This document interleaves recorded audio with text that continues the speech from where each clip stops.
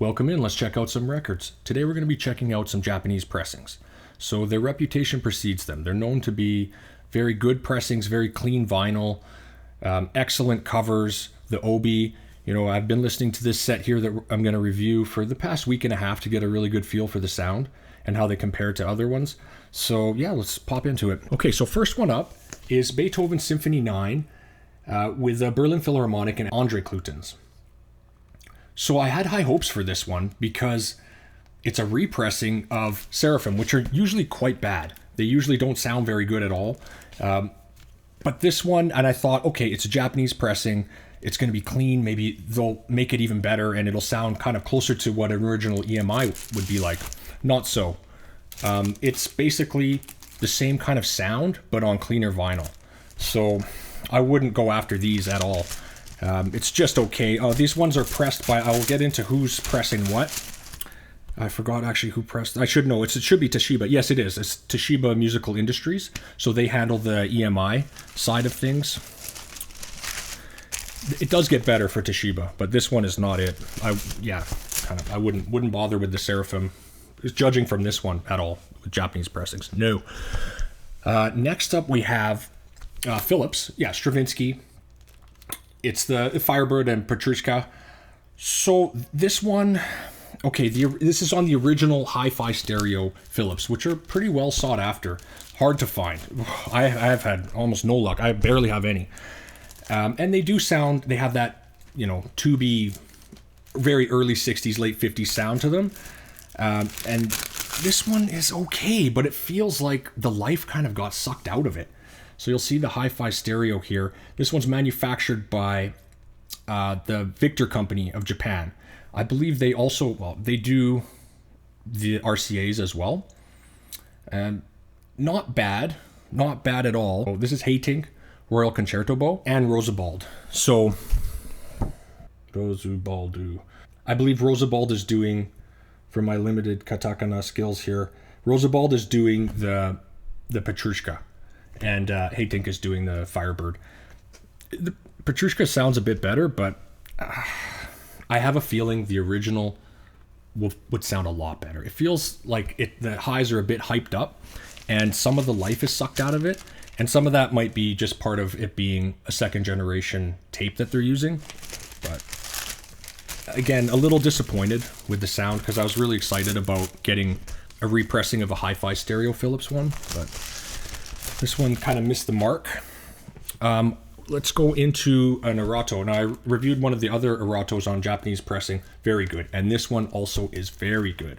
So these get the thumbs up for sure. Now it's on the red one. That's rare. I don't see these very often, the red. It's usually the blue, maybe the purple, the green, but the red half here. And these ones are manufactured by Nippon Columbia. Excellent pressing. Really good sound. I'd love to hear it head-to-head with an original Erato, French pressing. I think it would do quite well. It's all there. The presence is there.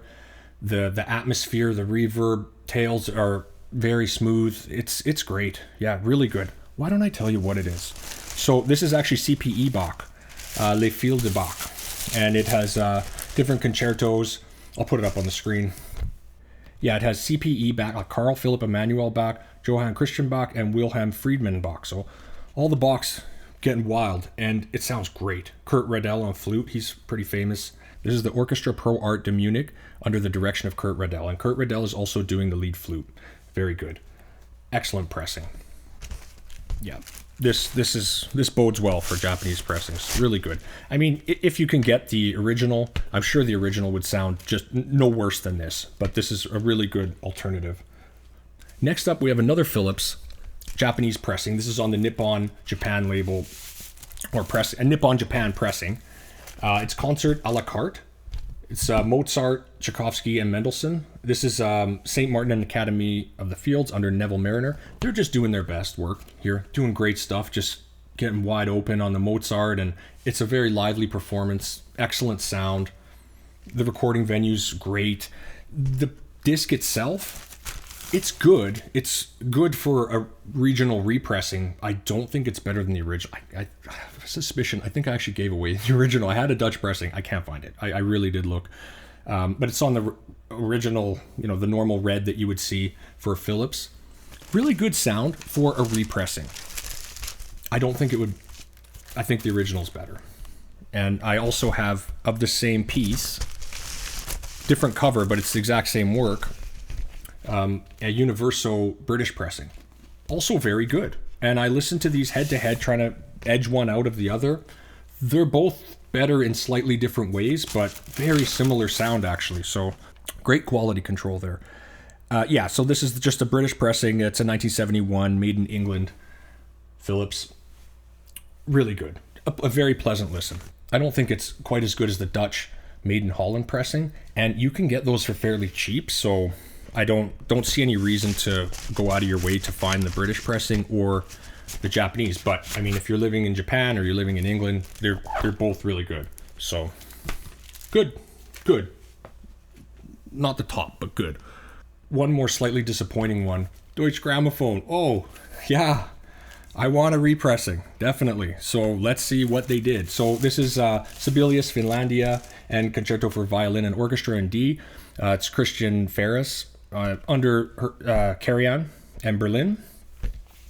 So I had high hopes. I thought, oh gosh, they're going to do it right.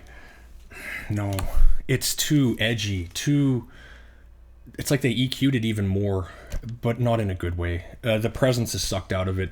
The stereo spread is not as good. Overall, the feeling, I feel like I'm listening to it more. Like I'm listening to the sound, and I shouldn't be. I should just be enjoying the music, and the sound is getting in the way, and I'm thinking, oh, that didn't sound quite right. Especially when the horns come in. Like some parts sound good, and you're like, well, that has good detail to it. That we're going in the right direction. Then the horns come in, and it's like, well, I actually might need to stop the disc.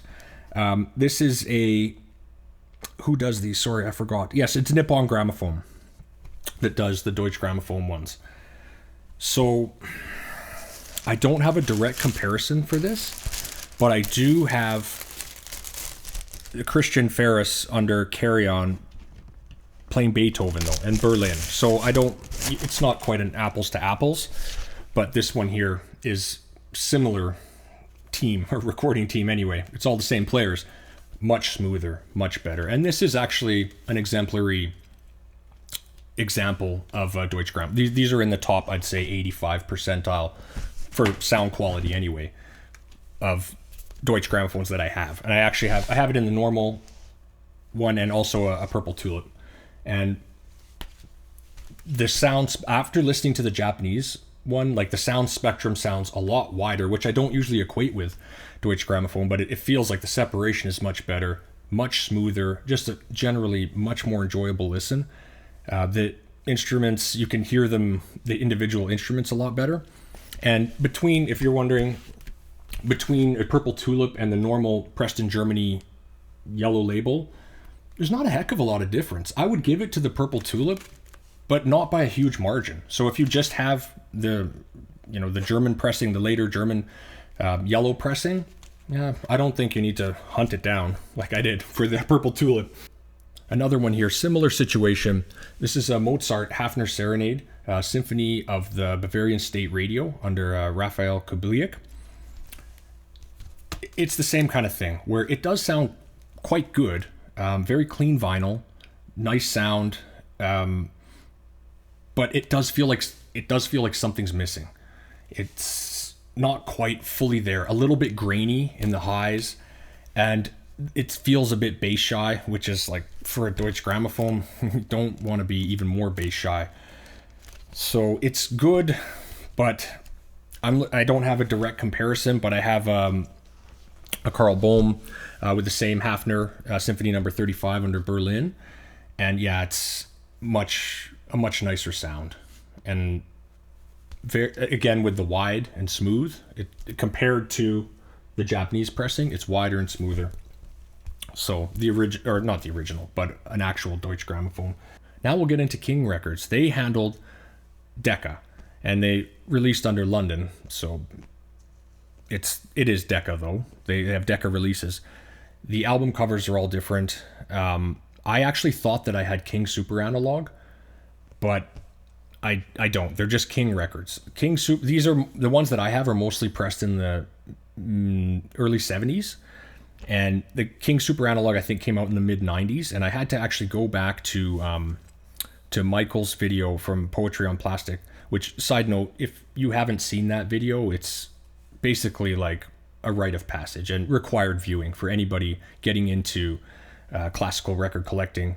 He goes through all the major labels, and it does such a great job that you got to watch it. So definitely check that out if you don't have it. But I had to check his because there's so little information on this King record company for classical anyway. I can't barely find anything. But I checked his out, and he had mentioned, yes, that they sound different, but not quite as good, but kind of different. And I would agree with that.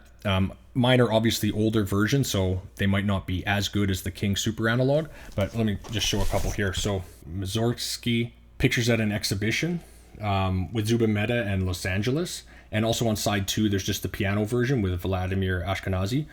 And it also has 2 covers, which is kind of cool. You can, like, both the same. So it's a gatefold, very nice. It's got, photos and lots of text in it. You could really get into it. But a disturbing part here is as soon as I open it, whoa, side 1, 31 minutes. Side 2, 34. Ooh, that's a little much for a single disc. That's too much music. I mean, anything after 24, 25, I'm starting to worry. And I would say with this one, it's King Records. So it's got the old school London stereophonic. So this would be like a wideband Deca, but they release under London. The sound, it's a little touchy. Again, it's too fussy. I feel like I'm listening to it too much, where certain parts sound really good, certain instruments, and then other ones come in and it doesn't sound right at all, and the bass has been sucked out of it.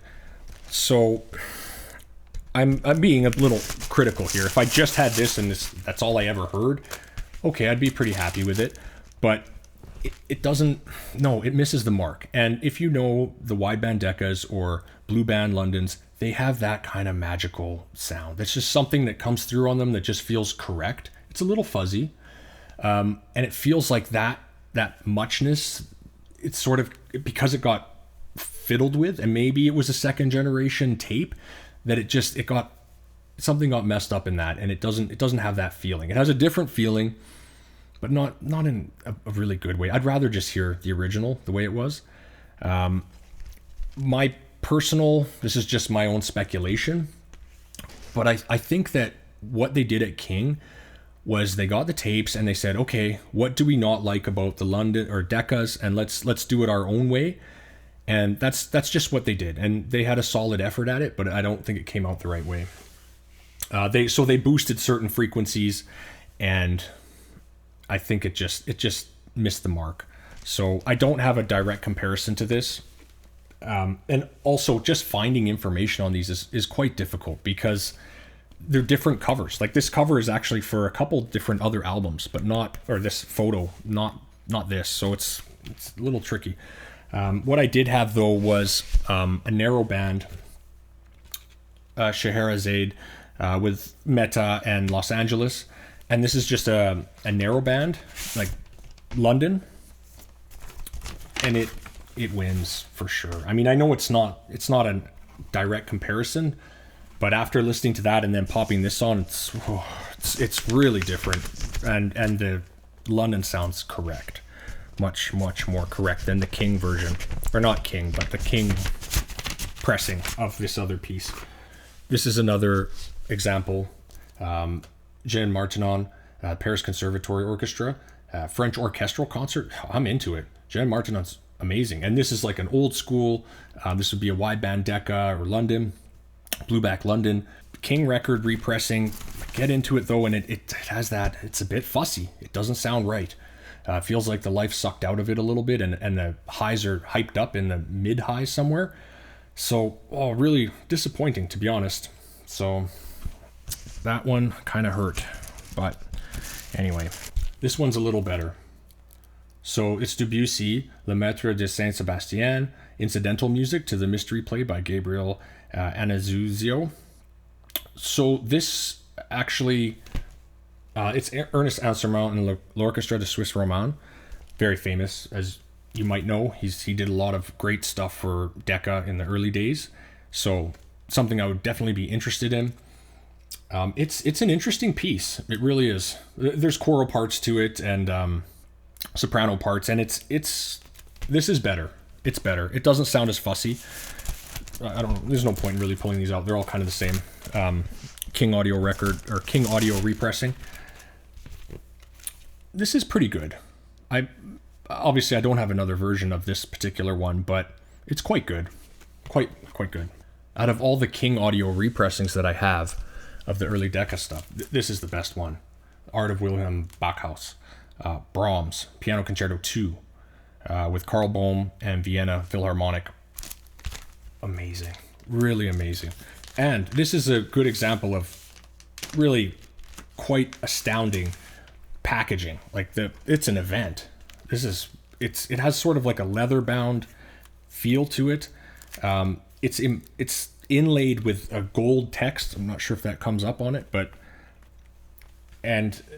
really fantastic packaging. And you go in and there's a lot of pages of cool stuff in here.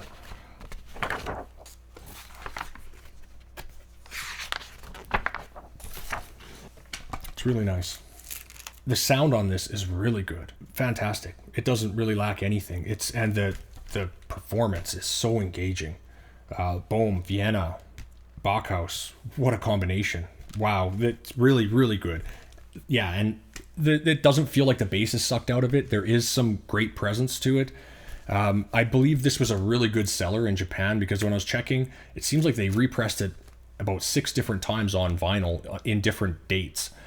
So the Japanese public loved this one, and for good reason. It's really good sounding all around. King Audio. Okay, next up we have an EMI Angel, Schoenberg, Pelléas and Melisande, Sir John Barbaroli, the New Philharmonia Orchestra. It's really good. And the cover, before we get into that, the cover is very nice with that sort of textured feeling to it. And you gotta love, too, the Gustav Klimt. Very cool cover. I love it. Yeah, and so it's actually on this kind of Angel.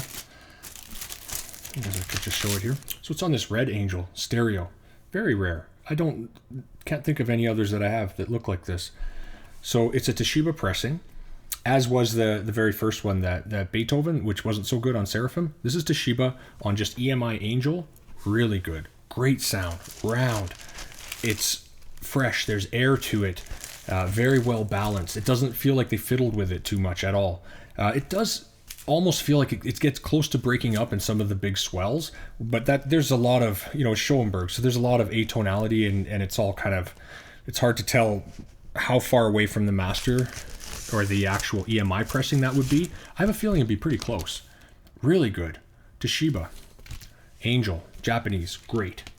Really good stuff. So we're getting into the good stuff here. And also, I had another one here. Same thing, the Pelléas and Melisande. Daniel Barenboim and Orchestra de Paris. Just as kind of, I just wanted to feel something that's like a similar piece. And I have high regards, as you know, for these CBS Gold Seal with the red stripe. So I do really like them. They are a little bit biased towards treble. There's not a lot of bass in them, but they usually sound very smooth. And this one is no exception. It sounds really smooth too. So I thought, let's listen to them side by side and back and forth a couple times, trying to decipher which one, which one's got better sound. I'd say they're both great in different ways. Really good, both of them. This one's a little higher, or a little less bass, but they both sound like great original pressings to me. Really good stuff. So next up, we've got an RCA Red Seal repressing of a Living Stereo Shaded Dog. So this is the Juilliard String Quartet with Berg, Lyric Suite, and Webern, 5 pieces for string quartet and 6 bagatelles for string quartet. So originally, I believe it's a 1961 pressing on RCA Shaded Dog. This is a Red Seal repress done by the RCA Victor Company of Japan. Very well done. Excellent. Super clean vinyl. It's pretty stout vinyl too, and quite excellent. I don't know how it would sound to the original, but this sounds really good. The presence is there. Excellent separation. Everything you'd expect from a really great early RCA shaded dog, it's all here on this disc. And, you know, the Berg it's a lot to listen to if you're not used to that style of quartet. It's modern sounding and kind of atonal. So it's a lot to take in. The Webern, though, is very cool. It's sort of mercurial, and it sort of meanders, and it's sort of gloomy, and then there's these violent outbursts of cello plucks and violin stabs, and it's cool. It's really a great listen, and you feel like you're there. The separation's great, and it's just a really well-rounded disc. A nice, perfectly sized room wherever they recorded. Awesome. And this isn't the original artwork. I think this is better. That's a cool castle. That looks really neat. So I love this one. Very beautiful gloss, hard stock. It's great. I'm going to put this one back in. I got to protect this one. Okay, now we're getting into the Columbia, CBS, Sony repressings, which are interesting. This one is Bruno Walter, Mozart. We've got the Hafner and also the Jupiter, the Columbia Symphony Orchestra. So very common pieces. The disc itself, or just the packaging, it's heavy. It's substantial. It weighs about as much as 3 records would. Extremely hard stock, beautiful photo. Like the printing is immaculate, glossy. You open it up, it's got wonderful full color photos, lots of cool text. More it's an event. I feel like, just pulling this out, I should be wearing a tie or something. It's really nice. And also this is actually part of a book club pressing. I believe it's 1970. Yes, 1970 All Japan Book Club. So they did a pressing of it, a repressing. Obviously this would be on a 6i or 2i. I believe actually a 2i. And this is a Sony Special Products, or what's it called again? Yes, CBS Sony Special Products Limited Edition. Limited Edition. Yeah, feel the exclusivity here. It's good, but honestly, with all this, pomp and circumstance, just opening it and getting into it, it's not that great. It's just okay. It's good. It's clean. It's competent, but it doesn't move me in a special way where what I was hoping for. And, sometimes you judge a book or judge an album by the cover. Maybe you don't listen to it because you hate the cover. This one, I keep going back to it because the cover's so amazing. I think, it must be me. I think I just was in a bad mood or something. I keep going back and I keep kind of getting let down. It's just not that great. So yeah, it sounds like a really decently done second generation master or second generation master tape. And so I did find I have a direct comparison here. This is the, I believe it's actually a 2i. The Marriage of Figaro matches. So it's the same one on both of these. I believe it's a 2i. Yes, it is. So it's a Columbia 2i, which you might be acquainted with. And they're not really renowned to be that amazing of sound. It beats this one. Sorry, it wins. And I'm sure this is a fraction of the cost as to what you'd actually pay for this if you can find it. It's and it's not to say I spent a ton on it, but some Japanese pressings go for a lot. They go for too much, in my opinion.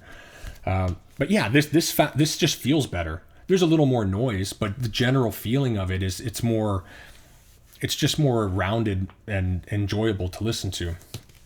So sorry, but it's a cool disc. This is still a really good. If I only had this one, I'd be okay with it.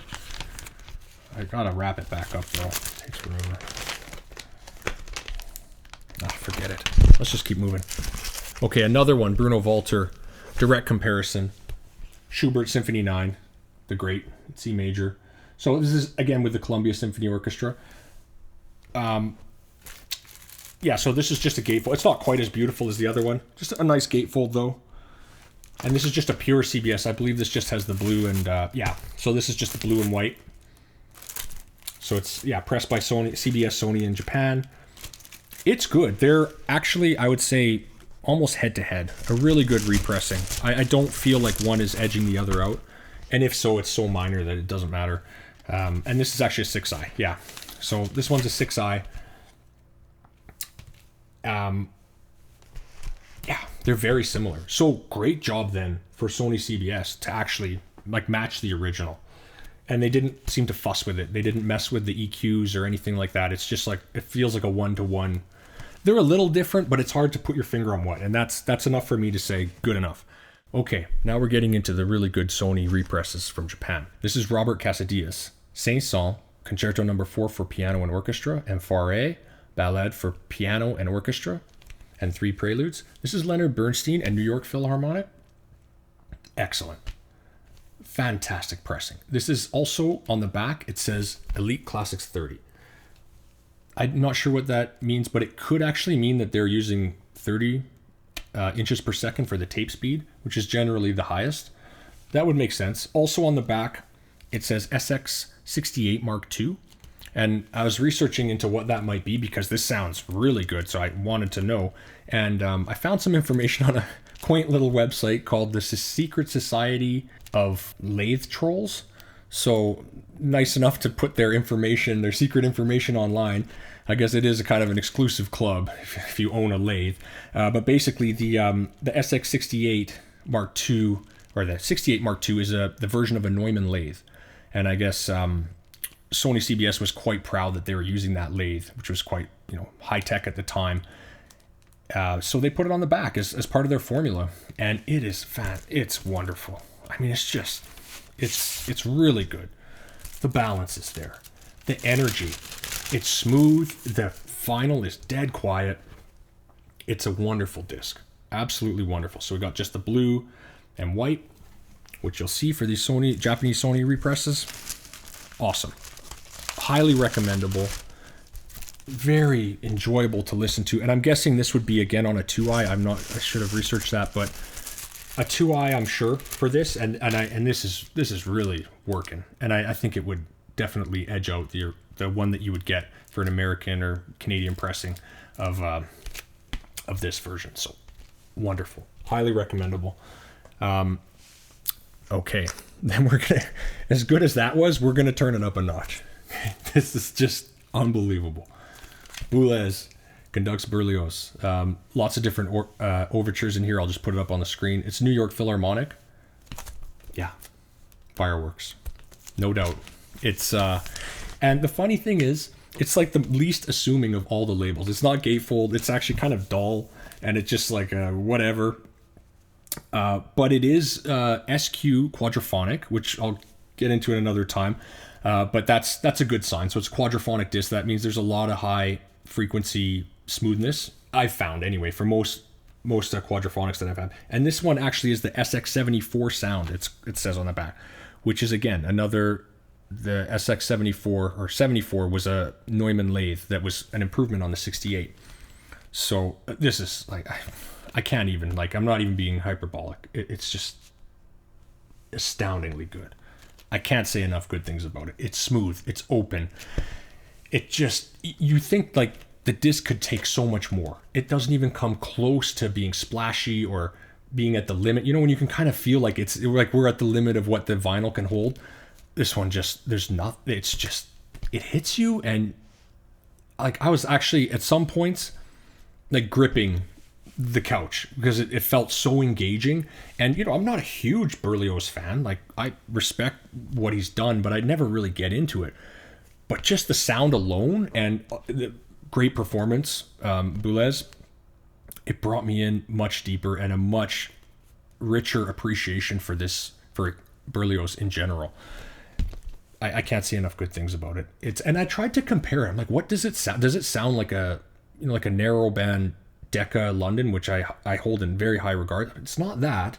It's good in a different way. I thought, well, maybe it's actually like a smoother Living Presence Mercury. No, they have their own. Mercury is its own special thing too, but it doesn't sound like, it has its own signature, and it's a really good, very well balanced signature. It sounds like what I would consider like a half-speed mastered, really well done. It's not. I don't think it is. I don't think so. Just incredible. Incredible sound. Wonderful. This, can't say enough good things about it. Okay, so the last one here is a Denon, which I've always wanted a Denon. It's Brahms Complete String Quartets, the Prague String Quartet. A bit of a hassle buying it because it took on a lot of water damage. So I didn't want to get it, and then I thought I need it, and it would have looked slightly amusing on the security camera, no doubt, just walking back and forth, picking it up, putting it down, walking out of the store, coming back in like 2 minutes later and just finally buying it. So yeah, it's all warpy. It's, you know, there's stuff ripped off here. The back doesn't look good, but the discs are flawless. So that's what made me buy it, is that, okay, it's flawless Denon, which I don't have. It says PCM right in the middle, which is kind of a bad sign because PCM stands for pulse code modulation, which is digital. So it's a very early digital. It's a 1979 recording, 1981 pressing. But it's still a cool disc. It's a double disc, sorry, I did not mention. It sounds really good. Like the whole production, from the performance, the recording, the mastering, everything is done to a very high degree. It's very audiophile. Unfortunately, it is digital, so yeah, you can hear it. It's a digital sounding digital. Like, it would have been better if they did it on the SoundStream system. I don't know if they probably didn't have access to it, but it is still really great. And I'm glad I finally did actually pull the trigger on it and grab it when I did. If you drop the needle halfway in, like just you've been listening to these other discs or any other, you know, normal analog, and you drop it halfway, it's sort of like you can hear the digital because it's all, you know, a big sustained string. And in some of the really high parts, I don't think it's digital clipping, but it does sound to me like maybe like a ribbon mic is getting hit a little too hard. I know I just said the recording is fabulous, but still, like, even with that, it's still really engaging. It's still a great disc, and yeah, it is digital, but yeah, like, this is why I love vinyl though. Like, I would never seek this out. I don't think I would ever find this on Denon. Like, how are you gonna even think to get it? It's a fantastic performance, really cool. So yeah, it's very early digital PCM, and it says it here too. Yeah, and I was suffering through all this trying to like figure out what's going on, and then I realized, like, the next page, oh, there's all the English is right here. Well, that helps. Oh, 1978 was the original, you know, it was done in 2 sets. The track 3, which is the string quartet in B flat major, was 1978. That's getting early. May 16th. That's early digital. So yeah, really good.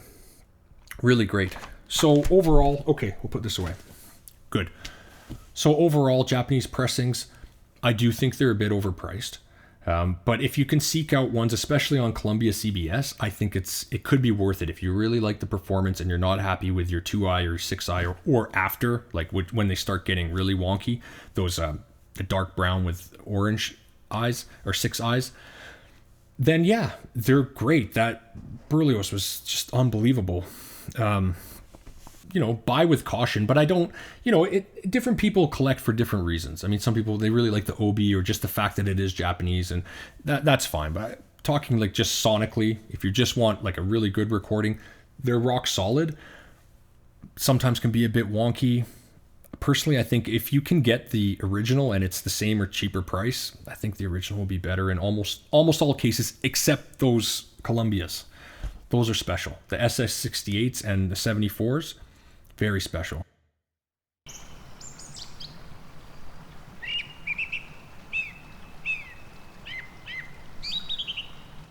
Okay, for the out in the weeds section, I have something quite special.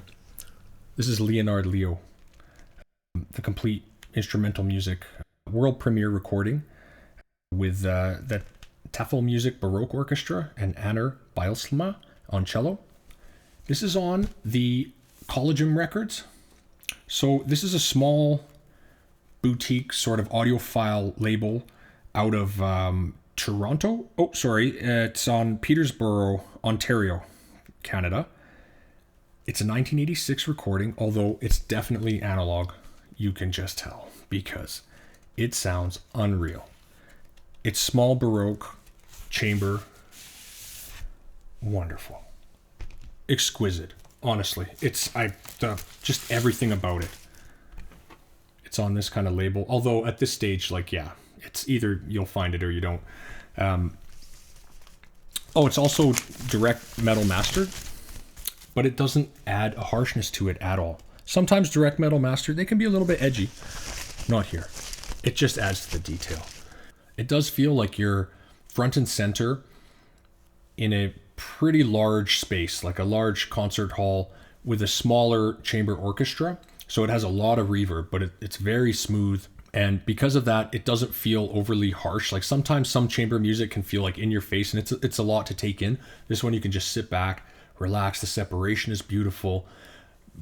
The microphone, I believe they use AKG microphones. They're thanking AKG on the back. I can't put this back in, but anyway, it's a 2-disc set, I should mention.